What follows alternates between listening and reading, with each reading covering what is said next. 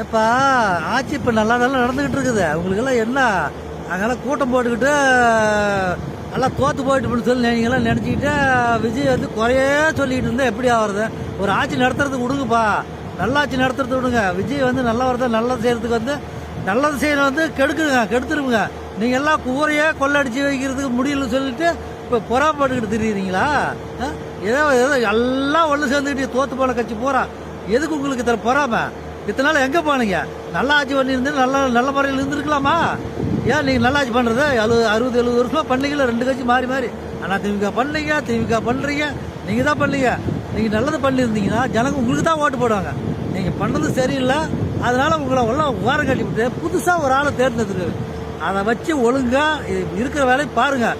சும்மா குறை சொல்லிக்கிட்டு நீங்கள் அள்ளி கட்டுறது கொள்ளடிக்கிறதுக்கு முடியலன்னு சொல்லி இருக்கிறவனை வந்து ஆட்சி செய்யறதுக்கு விடாமல் கூட்டம் போட்டுட்டு கொம்மாளம் எல்லா கட்சி பொண்ணு சேர்ந்துக்கிட்டீங்க. வெந்து போனது வேவாத கட்சி, ஒரு டிக்கெட்டு, அரை டிக்கெட்டு, கால் டிக்கெட்டு பூரா பொண்ணு சேர்ந்துக்கிட்டீங்க. உள்ளாட்சி தயார் எல்லாம் கிளிக்க போகிறீங்க. கிளிக்க பார்க்கலாம் மக்கள் இப்போ யார் பக்கம் இருக்கான்னு சொல்லிட்டு.